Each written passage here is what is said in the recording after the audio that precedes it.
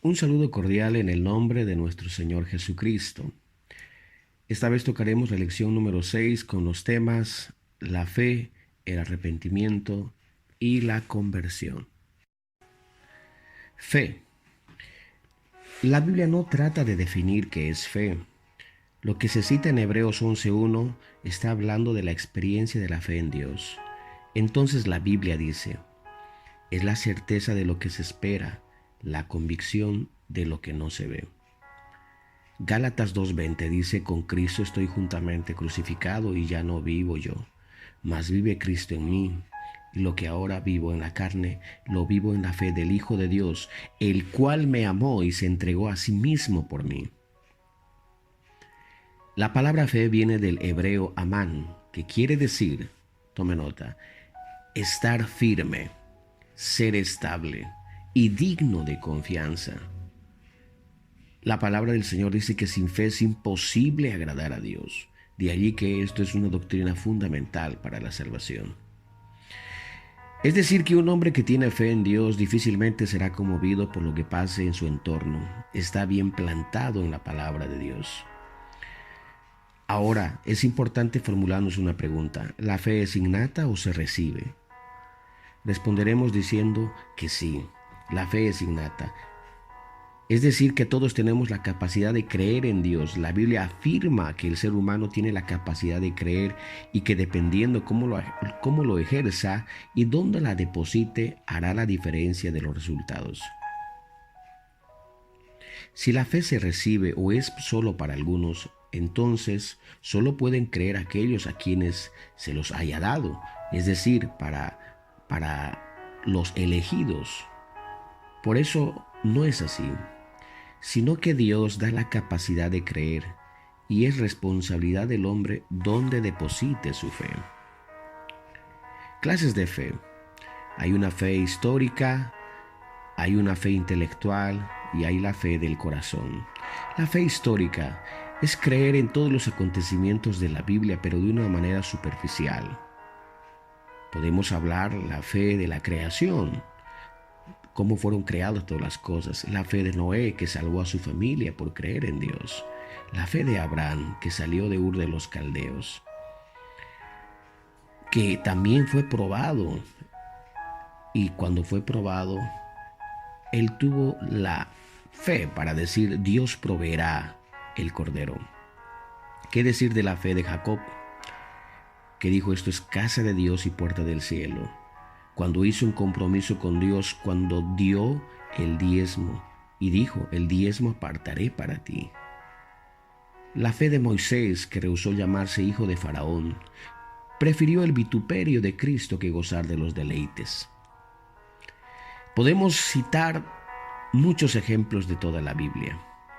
La fe histórica entonces son acontecimientos reales de hombres que obtuvieron grandes cosas por su fe en Dios.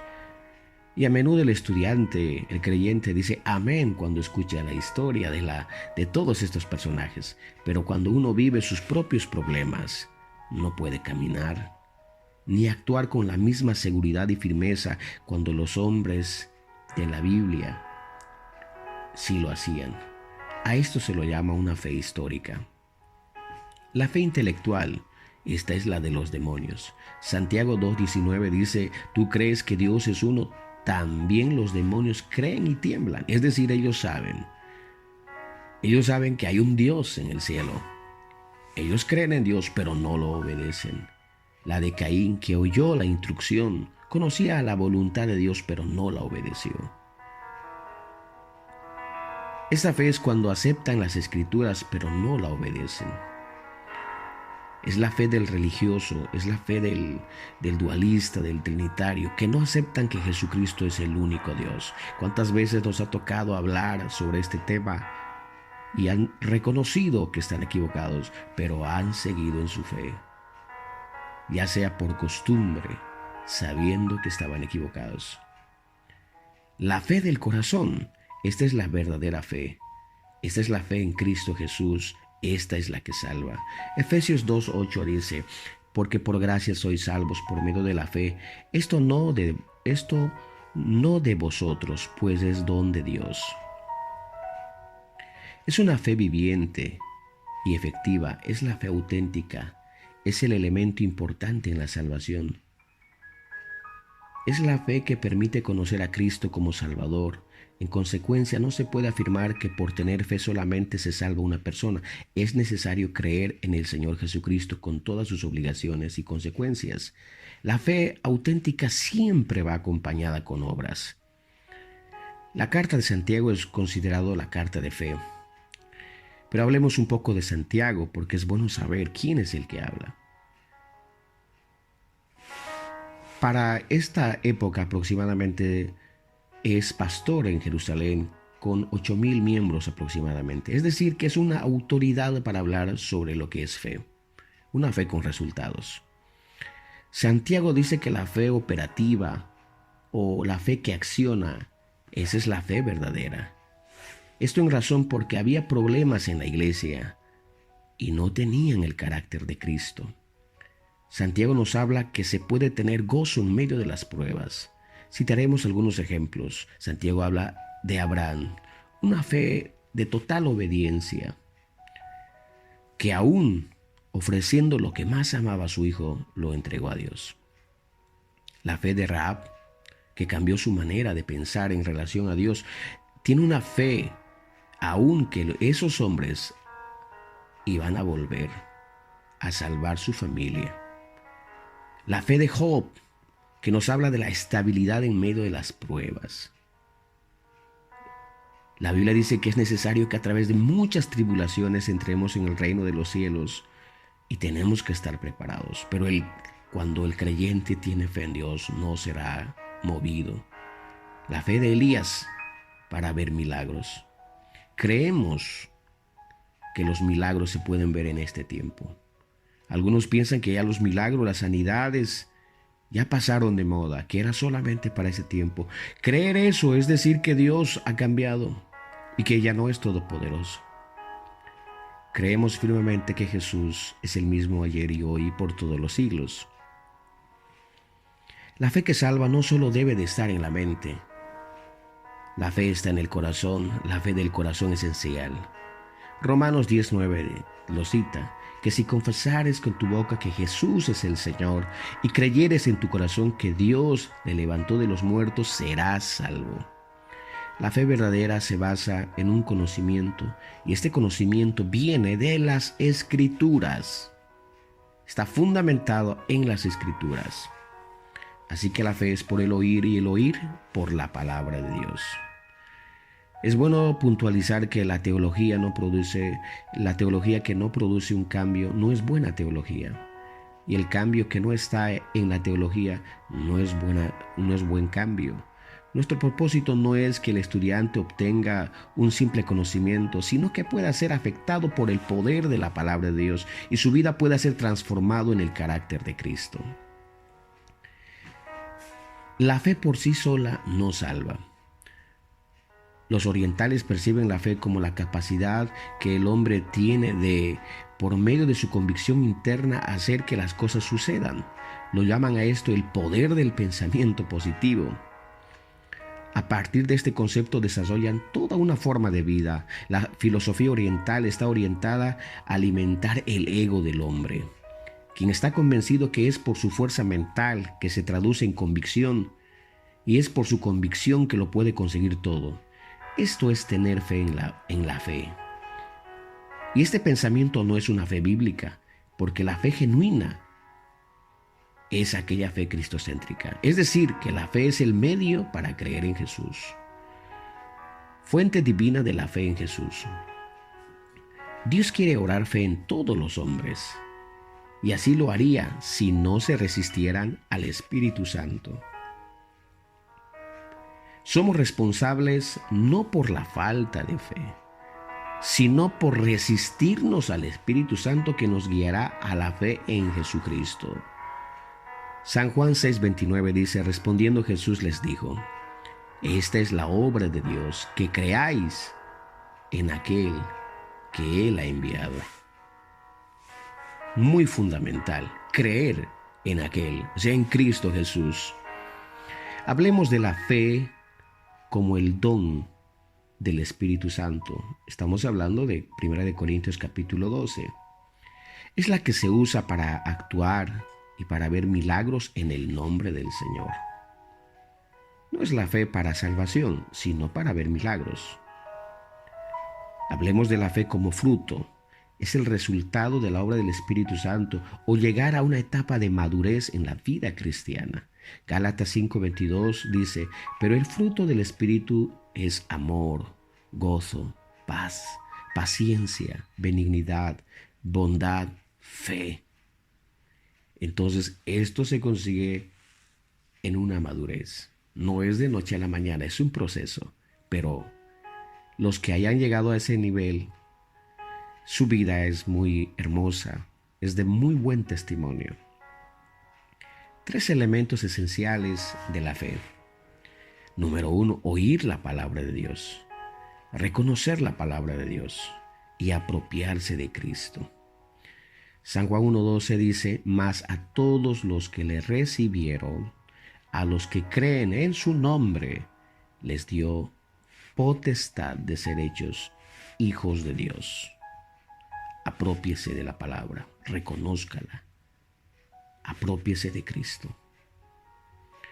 Usos de la fe. Es decir, ¿en qué momentos? ¿Cuándo? Bueno, la fe se usa en toda la vida cristiana. De hecho, la Biblia dice, todo lo que no proviene de fe es pecado. La fe, cuando oramos, debe ser realizada con fe, para que nuestras oraciones sean oídas. Si queremos permanecer firmes,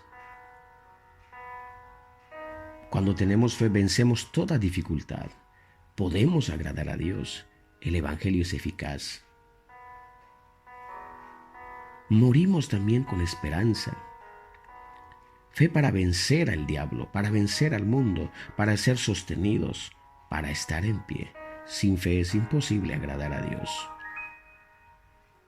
Resultados generales de la fe. Dice la palabra del Señor, mas el justo por la fe vivirá. Efesios 2:4.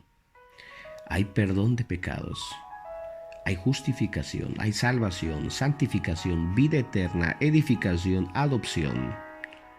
Romanos 1:17 dice, pues en el Evangelio la justicia de Dios se revela por fe y para fe, como está escrito, mas el justo por la fe vivirá. Pasos ascendentes de la fe en nuestro Señor Jesucristo o dinámica de la fe. La fe es direccionada por oír la palabra de Dios. Luego, convicción, produce convicción de pecado. Reconocer la necesidad de la salvación.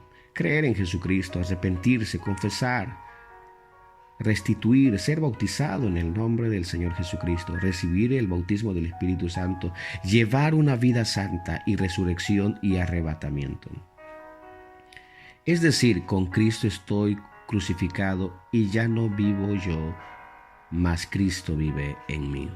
Características de la fe. La fe no es ciega. Se basa en un hecho histórico comprobado. La historia y toda la Biblia dan testimonio de ello. Un día una mujer me dijo que si era verdad las historias bíblicas o eran solamente un cuento. Los acontecimientos bíblicos han sido comprobados por gente que no es cristiana, como los antropólogos, los arqueólogos. Es decir, son hechos reales. Nos preguntamos, ¿existió Moisés? ¿Existió Abraham, Pilato, Caifás o Jesucristo? Claro que sí. Desconocer la historia de los judíos en la actualidad sería como desconocer nuestra propia historia de nuestro país. Y eso sería muy vergonzoso y de mucha ignorancia. Podemos decir entonces que nuestra fe no es una fe ciega. La fe debe ser un conocimiento pleno. El hombre puede creer con la mente sin creer con el corazón, pero no puede creer con el corazón sin creer con la mente. No solo es creer, es confianza total en Jesús. Segunda de Timoteo 1:12 dice, por lo cual asimismo padezco esto, pero no me avergüenzo, porque yo sé en quién he creído. A lo largo de la historia de la era cristiana hay dos posturas con respecto al tema. Unos que creen que la salvación es solo por fe, sin obras. Es decir, que dicen, no se necesita hacer nada para salvarse. No necesitan ni bautizarse, ni mucho menos perseverar en la doctrina apostólica. Este tipo de creyentes viven muy confiados y muy tranquilos, y no dan muy buen testimonio. Una nueva corriente es los llamados salvos siempre salvos, es decir, que la salvación nunca se pierde. Ahora, en contraposición a esto, hay algunos que creen que serán salvos por sus obras.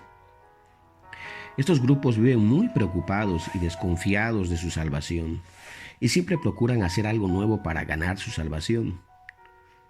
¿Cuál es la mejor postura? La mejor postura siempre será la bíblica, es decir, que la salvación sí es un regalo gratuito de Dios para con el hombre, pero el hombre debe de recibirlo con fe. Y la fe en Jesús no es una fe estática, sino una fe dinámica. No se debe entender que la fe como fin, sino como un medio para llegar a ser salvos. No es la fe en la fe, sino la fe en Cristo Jesús. Efesios 2:8 dice, no obramos para ser salvos, pero el que es salvo siempre obrará y se identificará con Cristo. Santiago 2:22. Ya ves que la fe actuaba juntamente con sus obras, y como resultado de las obras, la fe fue perfeccionada. Y se cumplió las escrituras que dice, Abraham creyó a Dios y le fue contado por justicia, y fue llamado amigo de Dios. Bendito sea el nombre de Jesús. Tocamos el tema de lo que es ahora el arrepentimiento.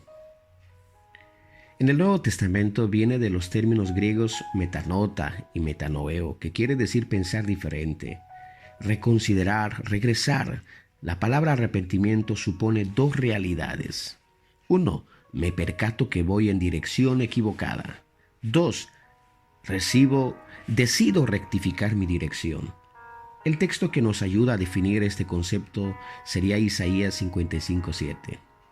Deje el impío su camino y el hombre inicuo sus pensamientos, y vuélvase a Jehová.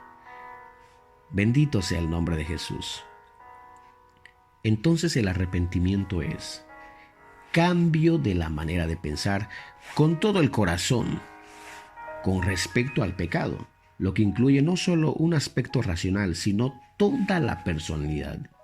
Indica una conversión, un cambio radical, es volverse a Dios, es reconocer su santidad y nuestra pequeñez, es sentir vergüenza y dolor de lo que hemos sido y lo que hemos hecho, es implorar misericordia a Dios para que aparte de nosotros ese estado de culpa. Tipos de arrepentimiento. El falso arrepentimiento.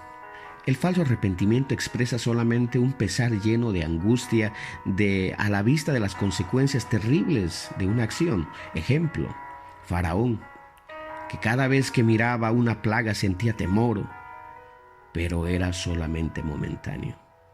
Saúl, que fingió un arrepentimiento, pero era por su posición y no era porque estaba arrepentido para con Dios.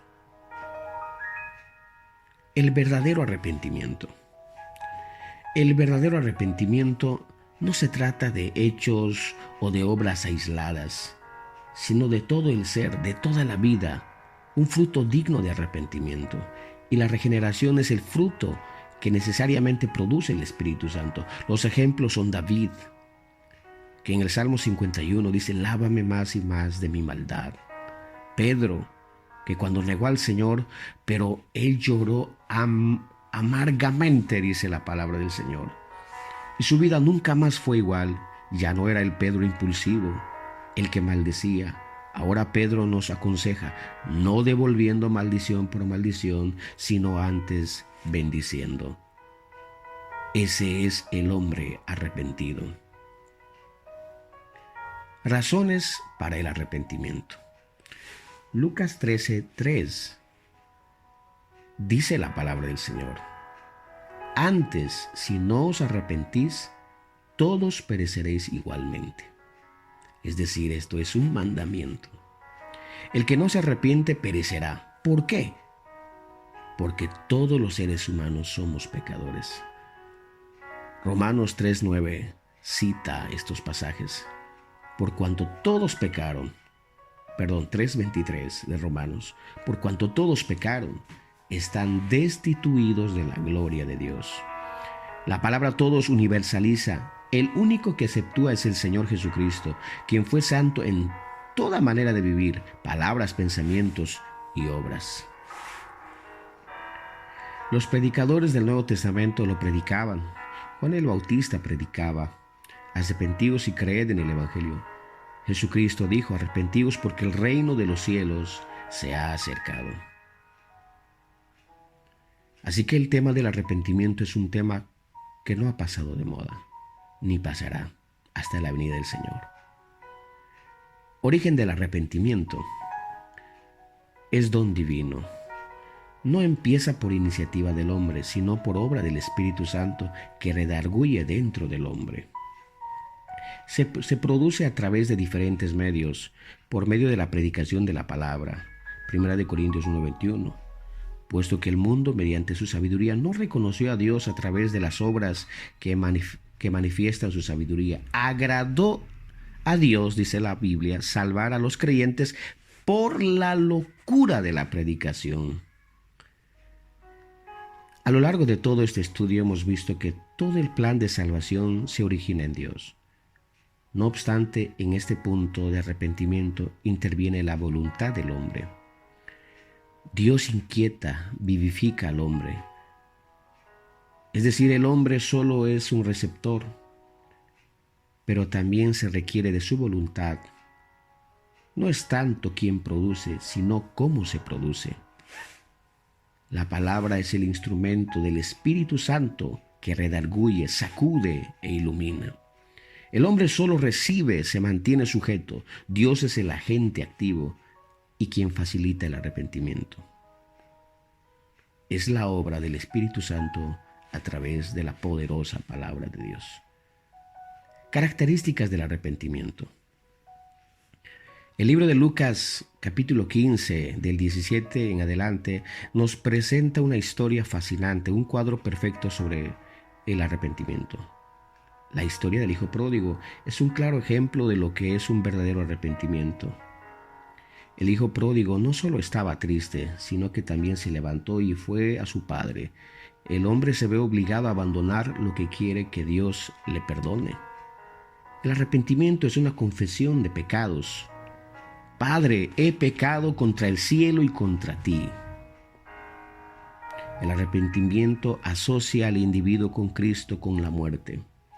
Así como Cristo murió y fue sepultado y resucitado para proveer salvación, es necesario que el pecador experimente la muerte, sepultura y resurrección para poder recibir a Cristo en su corazón. El arrepentimiento es muerte afectiva del pecador, o sea, el pecado. Es la muerte al pecado, la muerte en sí mismo, la muerte al mundo.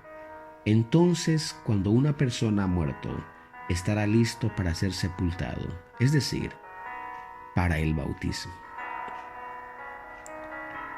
Resultados del arrepentimiento. Produce gozo en los cielos. Alguien dijo alguna vez: ¿quieres que se arme una fiesta en el cielo? Predica la palabra para que las almas se arrepientan y se conviertan a Cristo y lo lograrás. El arrepentimiento también produce deseo de obedecer al Evangelio, es decir, a las ordenanzas y mandamientos de la palabra de Dios.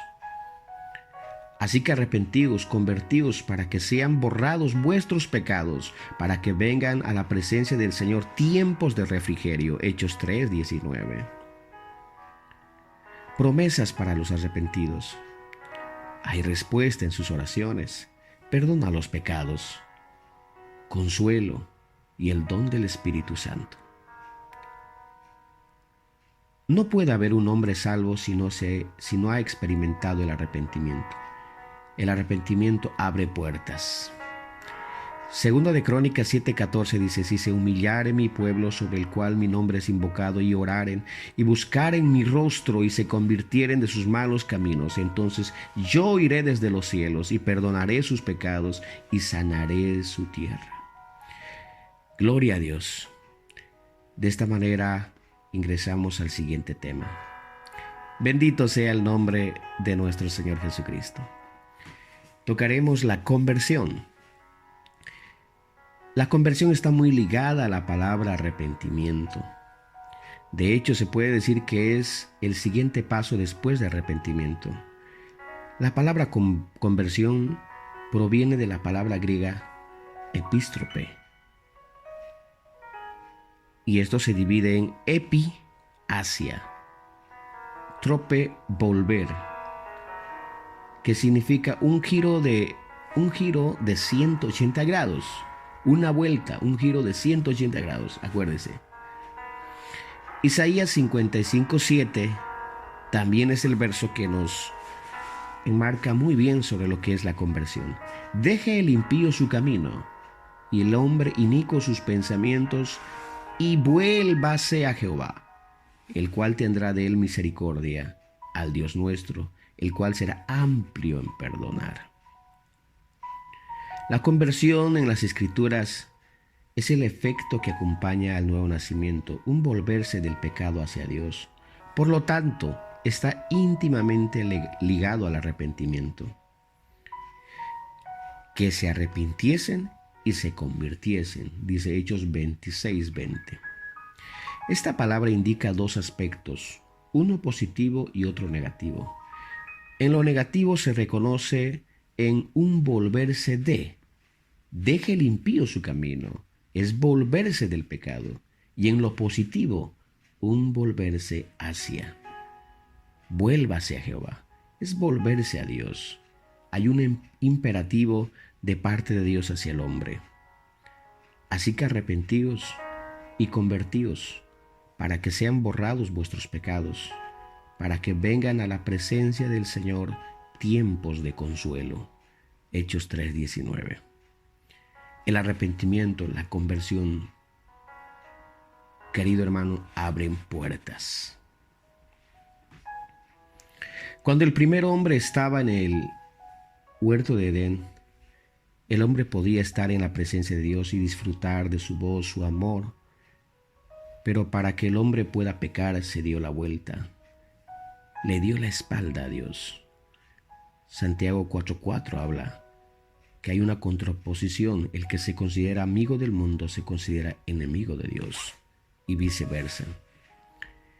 Es desde ese entonces que el hombre vive huyendo de Dios, pero es el amor de Dios quien lo busca, lo halla y lo quiere restaurar. Quiere que haya esa comunión que había en un principio. Al hombre le toca volverse a Dios y pedirle perdón. Ese es el amor de Dios, un amor que busca, que perdona y que abraza al que vuelve arrepentido. Paz de Cristo, hermanos. Dios le bendiga.